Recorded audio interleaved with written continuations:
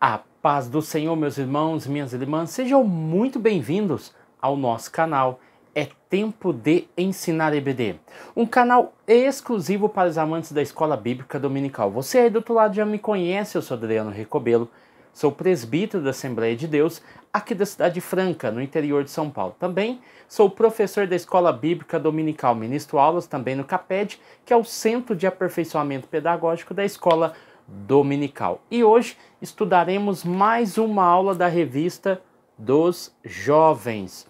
A lição de número 11, que tem como título Autenticidade diante das riquezas. Um assunto espetacular e maravilhoso que nós vamos abordar aqui de forma minuciosa, tá bom? Então, antes de nós iniciarmos o nosso vídeo, gostaria de pedir para vocês 3 coisas importantes. Primeiro, aquele like do céu que tem nos abençoado muito. Depois, deixe o seu comentário, isso também é muito importante para o crescimento do nosso canal. E também não deixe de compartilhar esse vídeo com alguém que você conhece e sabe que ainda não acompanha ou não conhece o nosso canal. Então, outro recado muito importante também é que a partir do próximo trimestre, segundo trimestre de 2025, estaremos inaugurando a nossa plataforma que se chama Kit da Escola Dominical. Juntamente com o desenvolvedor, o presbítero Lucas, nós estaremos aí trabalhando com essa ferramenta adicional que irá proporcionar um conteúdo de qualidade, um desenvolvimento dentro do canal, ou seja, com slides, com infogramas, com resumo das lições, resumo do trimestre, ou seja, a cada dia que for passando, nós vamos acrescentando mais material. A priori, nós teremos apenas o conteúdo dos adultos, então, ao longo do tempo, nós iremos acrescentar material às demais revistas também. Então, já é um grande passo, uma grande vitória. Uma vantagem de quem estará na plataforma é de que todas as aulas, que inclusive no próximo trimestre a minha esposa, a psicóloga Daniela Ricobilo, estará iniciando a revista do juvenis, porque ela ministra do pré-adolescentes, nós teremos de forma adiantada na plataforma as 4 revistas, as 4 aulas, praticamente 2 semanas antes, porque tem a semana em que acontece a aula, geralmente na segunda-feira, postam as aulas para no domingo a pessoa ministrar. Então essas aulas estarão disponíveis uma segunda antes. Então assim, vai ser um divisor de águas para o nosso canal. Então é importante que depois você vai lá, visite a nossa plataforma, compre o pacote que estará disponível lá e tenho a certeza absoluta que vai ser bênção para a tua vida. Iremos fazer com todo amor e carinho, como nós temos feito aí até hoje, tá? O nosso trabalho. E a cada dia melhorar. Eu não estou com a mesa aqui, não é proposital, porque nós vamos mudar um pouco o cenário aqui, vamos colocar a mesa à frente de nós, para dar um ângulo melhor de visão para quem está nos vendo e também um conforto melhor para quem está ministrando aqui também. Compramos já um iPhone para melhorar de vez a nossa imagem.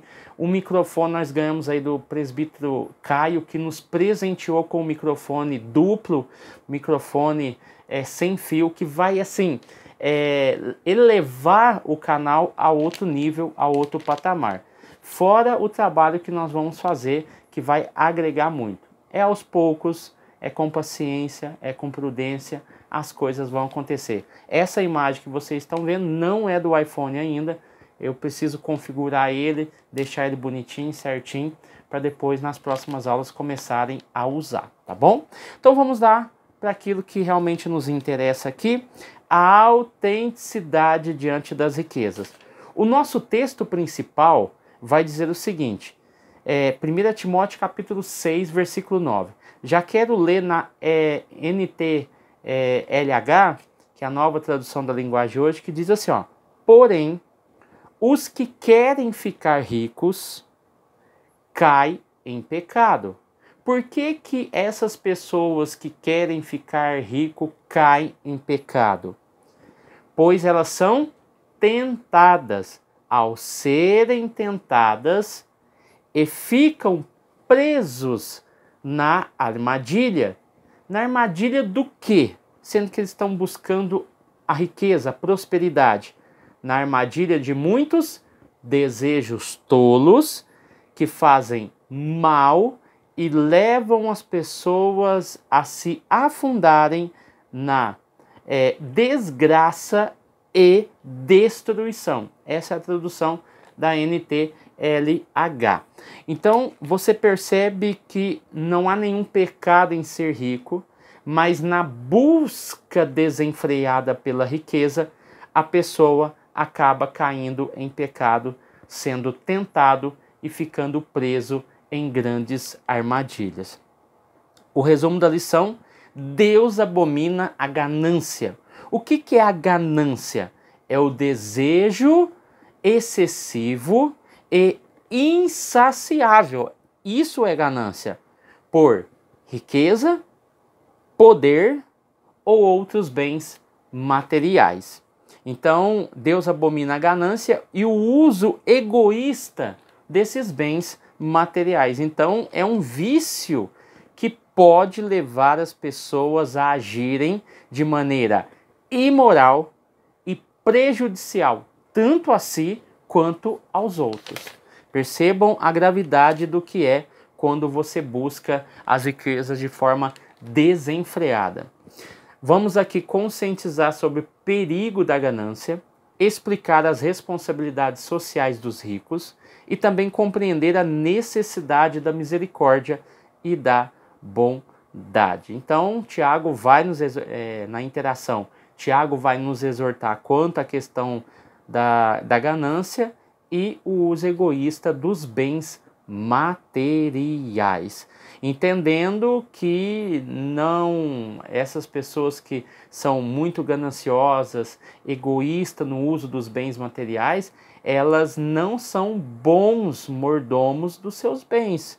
Então esses ricos exploram os pobres e Deus abomina tal atitude. Iremos trabalhar isso aqui no corpo do texto. Para mais, nós iremos estudar Tiago capítulo 5, versículo 1 ao versículo 6, aonde nós temos por epígrafe, podemos inserir aqui, seria o julgamento dos ricos opressores. E você vai entender que talvez você está pensando algo, mas não é o que você pensa. Então, vamos trabalhar aqui. Então, nós vamos trabalhar do versículo 1 até o versículo de número 6. Dentro da nossa introdução, o autor vai falar sobre os perigos da ganância e do mau uso, como nós já temos aqui falado na interação. O perigo da avareza e essas responsabilidades sociais que os ricos devem ter. Então, a necessidade da misericórdia, da bondade, ela deve ser algo primordial na vida de quem tem um poder aquisitivo alto. Então vamos lá. Tópico 1, o perigo da ganância. Subtópico de número 1, advertência aos ricos. Ele exorta a respeito da insignificância da riqueza. Por isso não devemos gastar toda a nossa energia e tempo somente acumulando tesouros nessa terra e não investindo no reino de Deus. Aqui ele nos coloca numa posição interessante. Ele não está dizendo que eu não posso ser rico, que eu não posso ter dinheiro, um bom carro, uma boa casa ou ser muito bem sucedido profissionalmente. Isso é fato. Nós buscamos essas coisas. Mas o que o autor está nos orientando é que o tempo ao qual nós temos de vida na Terra, o tempo que nós temos durante o dia, o tempo ao qual nós temos durante a semana, o tempo em que nós temos durante o mês, e o tempo em que nós temos durante o ano, e o tempo em que nós temos durante a vida, e nós não sabemos quando ela irá se cessar nessa Terra se Jesus não voltar, é algo de se preocupar. Porque tem muitas pessoas que procuram, buscam, correm atrás, vivem a vida toda. Eu quero um carro, vai lá e compra. trabalha com todo esforço, com todo suor. Vai lá, compra uma casa, com todo o trabalho, com todo o suor do seu rosto. Aí, em vez dele acalmar, procurar outras prioridades, ele quer mais, ele quer uma chácara, ele quer um rancho, ele quer uma fazenda. Agora ele quer pôr gados nessa fazenda, ele quer isso, ele quer aquilo. Ele passa a vida inteira procurando algo para sustentar aquilo que ele deseja. E assim, nesse meio termo, isso não quer dizer que todos os ricos são assim, não podemos exagerar. Mas nessa corrida por querer mais, eu posso estar perdendo algo que é mais importante. Por exemplo, a minha relação com os filhos, a minha relação com os pais, a minha relação, se for casado, se tiver algum jovem aí casado, a minha relação com a minha esposa, com o marido, ou seja, com os familiares. Eu não posso ter as riquezas como algo que me impeça, mas algo que beneficia, algo que me ajuda, algo que está ao alcance das pessoas que eu amo e que eu desejo. Então, assim, nós entendemos que quando Provérbios 10, 22 vai citar aqui, o autor deixa escrito, a bênção do Senhor é que enriquece e ele não acrescenta dores. Poderíamos tratar sobre vários versículos, mas ficaria cansativo. Mas Provérbios vai dizer que o rico, ele não dorme. Por que ele não dorme? Porque ele está preocupado se alguém vai roubá-lo ou não. Então, muitas das vezes, a riqueza, ela nos tira a paz e por causa da riqueza, nós às vezes perdemos a vida num assalto ou algo parecido. É uma regra? Não é uma regra. Mas a riqueza tem atraído os olhares maus das pessoas.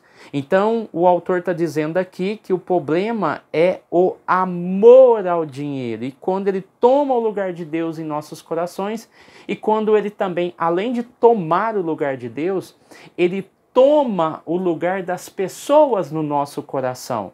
Aquelas pessoas nós começamos a nos afastar, porque achamos que ela está interessada em tudo que eu tenho, ou deixamos de socializar por causa que entendemos que todo mundo que se chega perto de mim é por causa da minha riqueza, é por causa daquilo que eu tenho. Então, Tiago, já no versículo 1, ele vai deixar bem claro, capítulo 5, versículo 1, que é o subtópico 1 aqui. Agora, ricos, escutem, chorem e gritem pelas desgraças que vocês vão sofrer.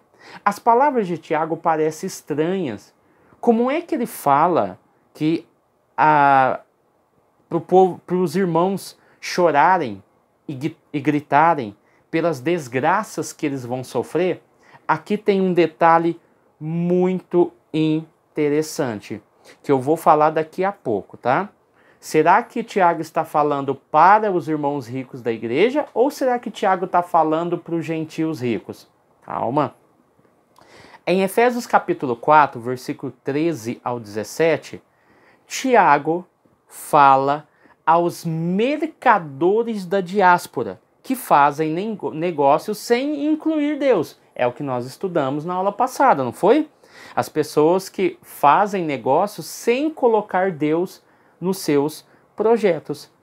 No capítulo 5, eu falei sobre o capítulo 4. No capítulo 5, versículo 1 ao 6, ele foca os ricos da Palestina. Percebam, no capítulo 4, Tiago fala sobre os ricos da diáspora, que foram dispersos e estão em toda parte. E que não colocam Deus, então eu estou falando de pessoas que conhecem a palavra, aceitaram Cristo ou não, ou são judeus, mas que não colocam Deus nos seus negócios. Aí no capítulo 5, do 1 ao 6, ele foca os ricos na Palestina. Aqui, obviamente, com toda certeza, com toda clareza, o capítulo 5, do versículo 1 ao 6, ele não está falando para os irmãos da sua congregação. Ele não está falando para os cristãos ricos da Palestina ou de Jerusalém. Ele não está falando aos irmãos ricos de Jerusalém que são cristãos, mas para os irmãos, para os gentios ricos da Palestina. Por isso que o tom é muito pesado. Por isso que a sentença é muito pesada. Porque ele está falando para as pessoas ricas, ímpias, que estão na Palestina. Talvez o objetivo é que aos irmãos lerem as cartas, essas cartas possam cair na mão de algum rico ímpio e vendo todo esse escrito, eles possam se converter ao evangelho, tá bom? Então, aqui Tiago ele usa um artifício da retórica muito interessante. Perceba, ó, preste muita atenção. Se chama apóstrofe. Apóstrofe. Essa apóstrofe, usado como artifício de retórica, é o seguinte, perceba, do versículo 1 ao 6. O escritor parece afastar do seu público-alvo, porque o público-alvo era os irmãos de Jerusalém, correto? Os judeus convertidos. Então ele se afasta desse público-alvo por algum momento, dentro daquilo que ele está ensinando, e se dirige a outro grupo e outra pessoa. Fazendo isso, a apóstrofe visa beneficiar o verdadeiro grupo e não aqueles ao qual se está falando de forma imaginativa. O que está acontecendo? Tiago vai dar um exemplo. E ele usa o exemplo dos ímpios ricos, mas ele não dirige a carta a nenhum deles. Mas ele quer que os irmãos pobres e os ricos de Jerusalém, que são cristãos, leem a carta e sintam o pesar. E entendam que para o pobre que ler a carta de Tiago é muito perigosa a riqueza e que ela tem que ser tratada com muita sabedoria. E o cristão rico vai ler a carta de Tiago e vai dizer: eu preciso melhorar. Eu não posso agir como o rico ímpio, porque eu não sou mais ímpio. Eu sou lavado e remido pelo sangue de Jesus.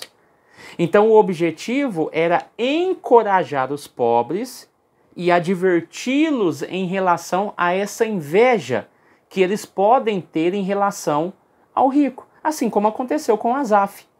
Eu vi a prosperidade do ímpio e meus pés quase se desviaram. Então isso não é algo retórico, né? E nós podemos entender que esse alerta é muito claro aos pobres. Vamos lá. Então os irmãos entenderam? Então não vai ensinar errado não. Não vai falar que esses ricos aqui são ricos da igreja de Jerusalém, tá bom? Dos irmãos de Jerusalém. Subtópico 2. Corrosão dos bens. O versículo 2, porque nós tratamos o versículo 1. Aqui ele vai falar sobre os sentimentos dos ricos. As vossas riquezas estão apodrecidas. Versículo de número 2.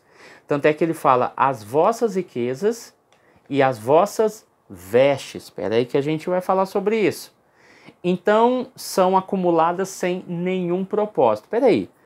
Então, se as riquezas estão apodrecendo e as vossas vestes estão comidas da traça, então quer dizer que essas pessoas, esses ricos, estão acumulando sem ter um propósito específico para elas. Então, como eles não têm um propósito específico, essas coisas estão se perdendo.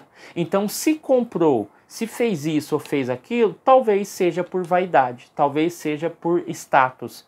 É como aquele sapato, aquele tênis, aquela roupa ou aquele objeto que você compra e a priori você entende que é algo maravilhoso e de repente você perde o encanto e aquilo ali fica perdido, fica sem uso, fica sem finalidade, porque a ideia era somente o status, o glamour, o aparecer.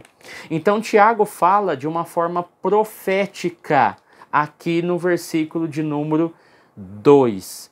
no versículo 2, o versículo 3 também. Por que que ele fala de uma forma profética? Porque essas misérias já estão no processo de se tornarem realidades. As misérias que eles estão vivendo. Então, as vossas riquezas, quer dizer grãos, quer dizer vinho, quer dizer óleo, as vestes e também moedas, que são ouro e prata, apresentados aqui no versículo de número 3, ouro e prata, e vestes e riquezas, que são grãos, vinhos e óleos, elas estão estragando. Por quê? Porque as traças estão consumindo as roupas, o ouro e a prata estão perdendo o seu brilho, não é que elas estão enferrujando, né? É a forma como foi traduzido, mas elas estão perdendo o seu brilho, ou seja, ficou guardado, não tem serventia, não tem utilidade, tem valor, mas não tem serventia mais. Então ficou fosco. E aqui o resultado havia uma riqueza não sendo usada. Então Tiago capítulo 2, versículo 5 já dizia: escutem, meus queridos irmãos, Deus escolheu os pobres deste mundo para serem ricos na fé. Versículo 6. No entanto, vocês desprezam os pobres. Não são os ricos que exploram vocês? Aqui sim, Tiago está falando para os irmãos, que eu me lembro muito bem na aula que nós abordamos esse assunto, que o texto, o homem rico com anel e com veste, que entra dentro da igreja, muito provavelmente seria um senador, alguém do alto escalão, alguém da política que entrou dentro da igreja, talvez em um momento de campanha. E aqui o autor falou sobre essa questão. Os ricos exploram vocês. Os ricos ímpios estão explorando vocês, levando vocês aos tribunais e também manchando o bom nome que Deus deu para vocês. Então, Tiago ele já vem falando sobre essa questão. Ele aborda no capítulo 4, falando sobre os ricos da diáspora, e agora no capítulo 5 ele volta novamente ao assunto, mas agora para alertar os irmãos da igreja e usando como apóstrofe essa linguagem, mostrando uma realidade exterior, mas trazendo um ensinamento para dentro da igreja. Então, na atualidade, muitos crentes não têm posses materiais, mas são ricos para com Deus. São pobres, mas possuem um grande tesouro no coração. Por isso que eu li Tiago capítulo 2, versículo 5, que é onde fala que Deus escolheu os pobres da terra para serem ricos na fé. O subtópico 3, testemunho contra si mesmo. Tiago enfatiza que a ferrugem dos bens acumulados será um testemunho contra os ricos. O uso egoísta que Tiago coloca aqui e opressor desses recursos. Então Tiago vê essa deterioração. Percebam a analogia que Tiago vai usar. Ele vai falar do ouro e da prata, que perde o seu brilho. Ele vai falar dos grãos que estão apodrecendo. E ele também vai falar das vestes que estão sendo corroídas pelas traças. E ele vai usar esse mesmo exemplo e trazer para a realidade desse rico. Dizendo assim, que Tiago vê a deterioração do bem se estendendo aos seus donos. Ou seja, a ferrugem começou a sua obra cancerígena nos corpos dos ricos egoístas, passando assim aos bens. Então o versículo 3 deixa bem clara essa questão. E como fogo comerá o corpo de vocês. Percebam, o vosso ouro e a vossa prata se enferrujam, e a ferrugem dará testemunho contra vós, e comerá como fogo a vossa carne. Então assim, a ferrugem que começa ali, ou vice-versa, a ferrugem que começa dentro do coração do seu proprietário, passa para os seus bens. Ou aquela ferrugem que está nos bens passa para dentro do ser humano e causa esse estrago. Vamos lá? Tópico 2. A responsabilidade social dos ricos com os pobres. Então aqui nós analisamos o versículo 1, o versículo 2 e também o versículo de número 3. Agora o autor vai analisar o versículo de número 4, ok? Tiago expõe as ações injustas de um grupo de ricos contra as pessoas indefesas, provavelmente lavradores pobres. Percebam que no versículo 3 ele termina com a frase dizendo o seguinte: nesses últimos tempos vocês têm amontoado riquezas. Aí ele inicia o versículo 4 dizendo: e não tem pago o salário das pessoas que trabalham nos seus campos. Escutem as suas reclamações. De quem? Do povo humilde que está trabalhando e gerando renda. Os gritos dos trabalhadores nas colheitas têm chegado aos ouvidos de Deus, o Senhor Todo-Poderoso. Percebam que a ideia que Tiago traz é a mesma passagem bíblica do Êxodo, porque no Êxodo a Bíblia vai dizer que o clamor do povo subiu até Deus e Deus desceu para livrar o seu povo. Aqui é a mesma coisa. Tiago está dizendo e deixando bem claro que os ricos estão oprimindo e o clamor desse povo está subindo até Deus. É um momento propício também para entender, para trabalhar essa dinâmica dentro da sala de aula e mostrar para os seus alunos que uma boa parte deles, ou alguém dali, vai ser empresário um dia. Que alguém que está ali hoje, que às vezes ninguém dá nada, ou que talvez não tenha um estudo, ou talvez isso ou aquilo, pode ser um grande empresário amanhã. E sendo um grande empresário amanhã, como é que ele vai agir?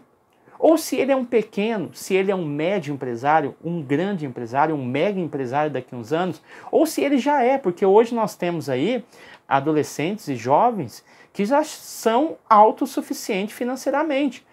Adolescentes e jovens que já têm o MEI, que já trabalham por conta própria, fazendo isso, fazendo aquilo, enfim, é uma bênção. Mas a partir do momento em que eu entendo que eu tenho alguém que trabalha para mim, como será o meu comportamento? Porque enquanto está tudo bem, beleza, a pessoa está trabalhando. E quando acontecer um problema grave, será que eu vou saber lidar com essa situação? Ou eu vou fazer como o ímpio? Eu não posso fazer isso. Eu tenho que agir e ter uma atitude diferenciada.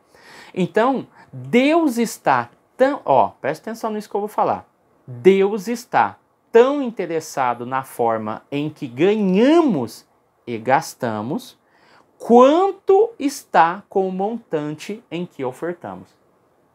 Isso é fato, irmãos. Nós estamos falando de pessoas que têm dinheiro, têm bala na agulha. E ela faz isso, faz aquilo, e faz ação social, e ajuda o pobre, e ajuda isso, e ajuda aquilo. Mas, peraí. Nós temos que ver a intenção, esses interesses. Por que está sendo feito?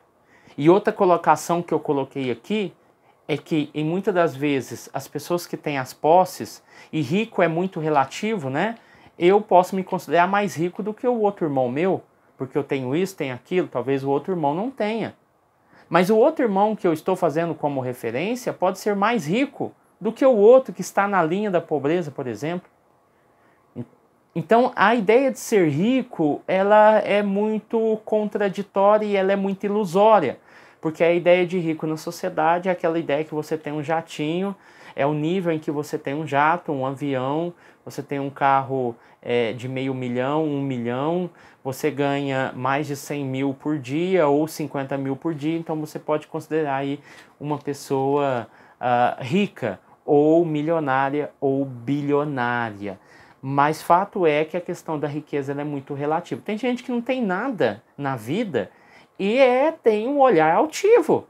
Não cumprimenta, não fala com qualquer pessoa, quer vestir as melhores roupas de marca, mas não tem aonde cair morto. Então, essa questão é muito relativa. O fato é que aqui, de forma específica, o autor está trabalhando essa questão. E percebam que essas pessoas, elas estão... Deus, na verdade, está muito preocupado como está gastando esse dinheiro, de que forma está gastando esse dinheiro ou ganhando esse dinheiro, do que a forma como ele dá a oferta. Porque a oferta não pode ser manchada, ela não pode ser alvo de exploração. Percebam que quando Judas traiu Jesus por moedas de prata, ele foi lá jogar, eles não aceitaram de volta? Por que eles não aceitaram de volta? Porque aquela moeda já estava suja de sangue.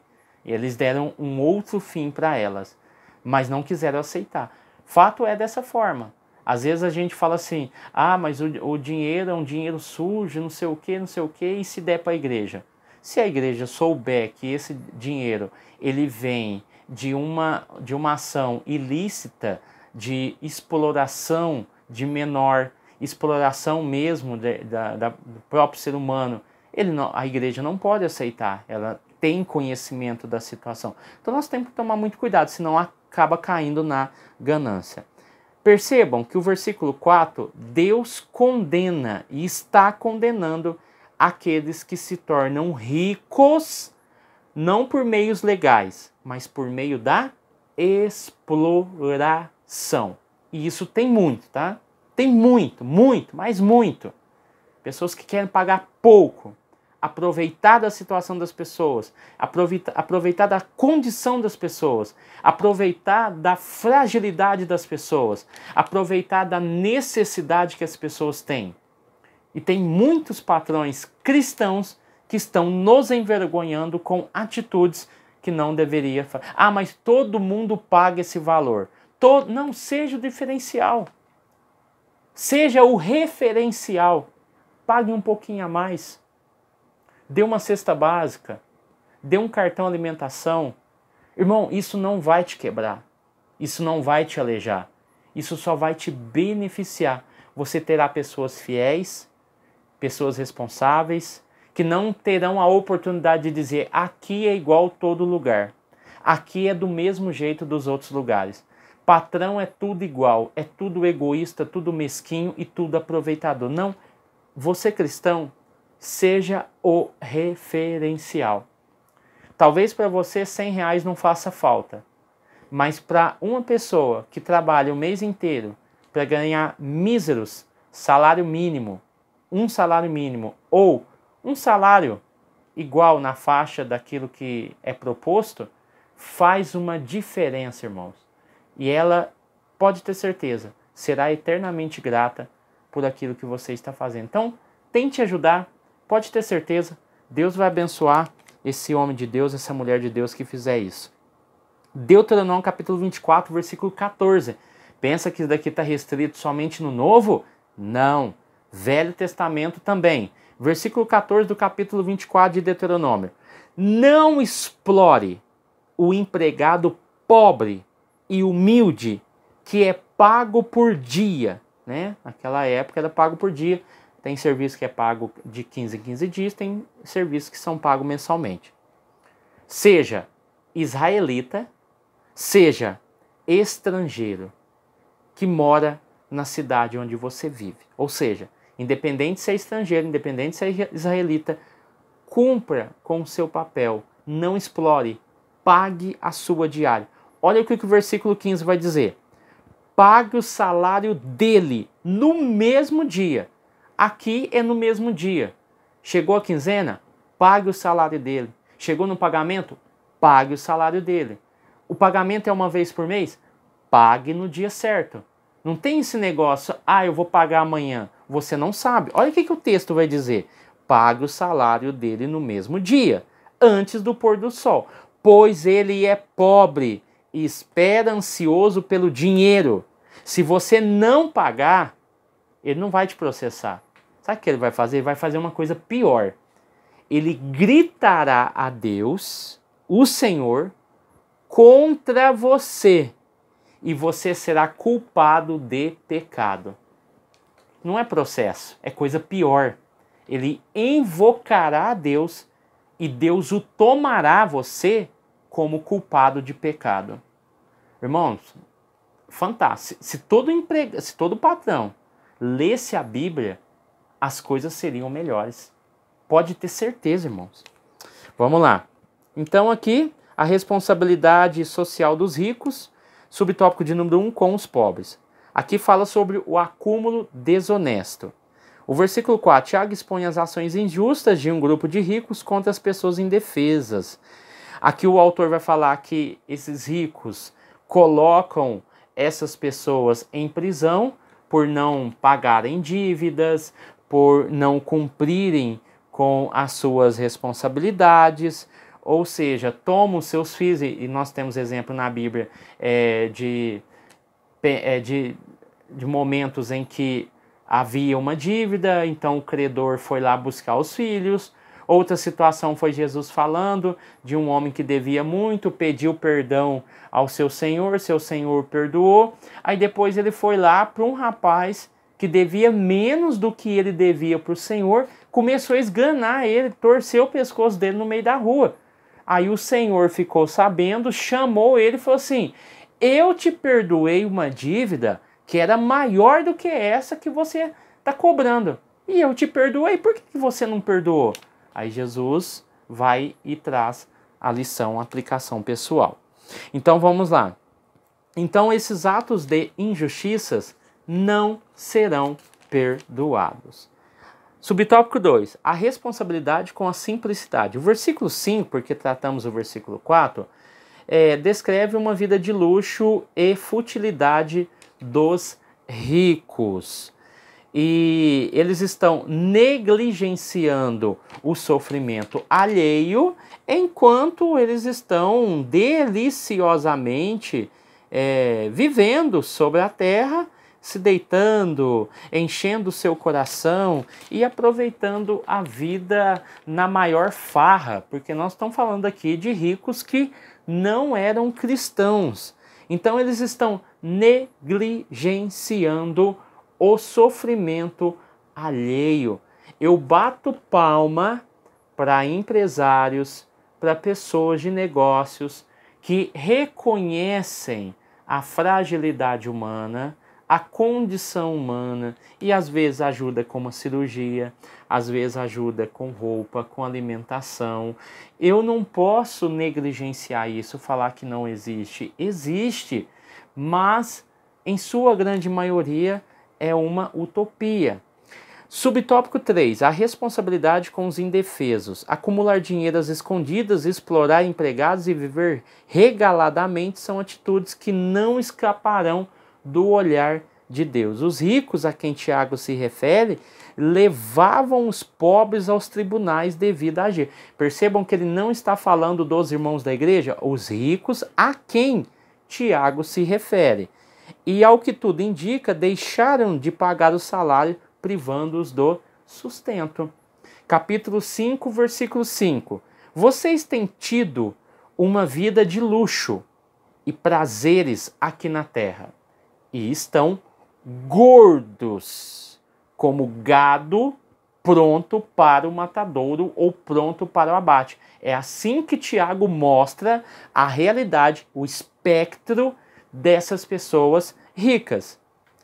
E é interessante, vocês vivem como se cada dia fosse um dia de sacrifício ou festa.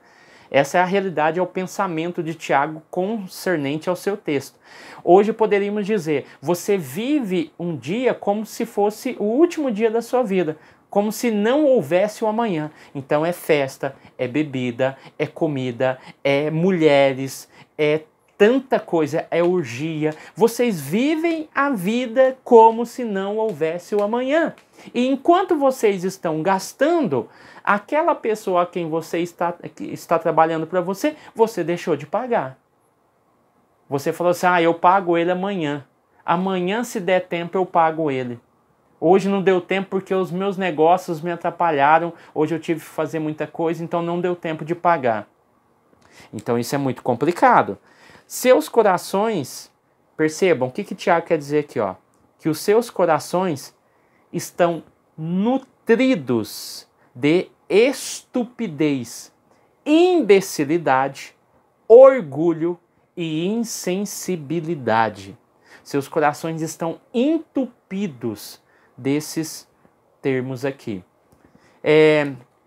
Como nós podemos definir o versículo 5? Vocês vivem na terra de forma luxuosa, engordando-se como gado, isso é fato, e o dia para a matança chegou. Tiago está trazendo um juízo, por isso que ele fala de forma profética aqui.